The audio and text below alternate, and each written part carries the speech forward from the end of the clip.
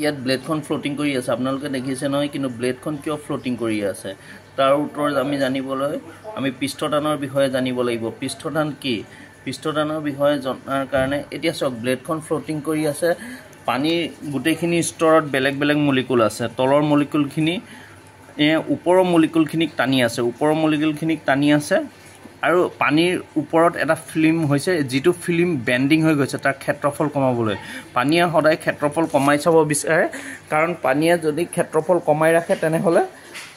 সেই কাৰণে তাৰ স্ফেৰিকেল শেপটো হয় আৰু ওপৰত এটা বেন্ডিং ফিল্ম হয় পানী বেন্ডিং ফিল্মটো কিয় হয় তলৰ মলিকুলবিলাকে ওপৰৰ মলিকুলবিলাকত টানি থকাৰ কাৰণে তাত এটা সাৰফেস টেনশন মানে পৃষ্ঠটানৰ সৃষ্টি হয় সেই পৃষ্ঠটানটো এটা বল হয় আৰু সেই বলটোৰ কাৰণে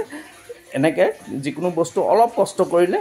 পানীত উপঙি থাকে কিন্তু ডাঙৰ ডাঙৰ হেভি বস্তুবিলাকৰ ক্ষেত্ৰত নহয় সাবমেৰিন টাবমেৰিনৰ ক্ষেত্ৰত এটো আকৌ আৰ্কিমিডিছ প্ৰিন্সিপল লাগি যাব কিন্তু যেটো পৃষ্ঠটান বা সাৰফেস টেনশনৰ এইবিলাক সৰু সৰু বস্তুৰ ক্ষেত্ৰত পানীয়ে নিজৰ সাৰফেসটো তাৰমানে কমাই ৰাখিব বিচাৰে হেইটোৱে ফোৰ্সটো thank you keep watching hello জ্ঞানস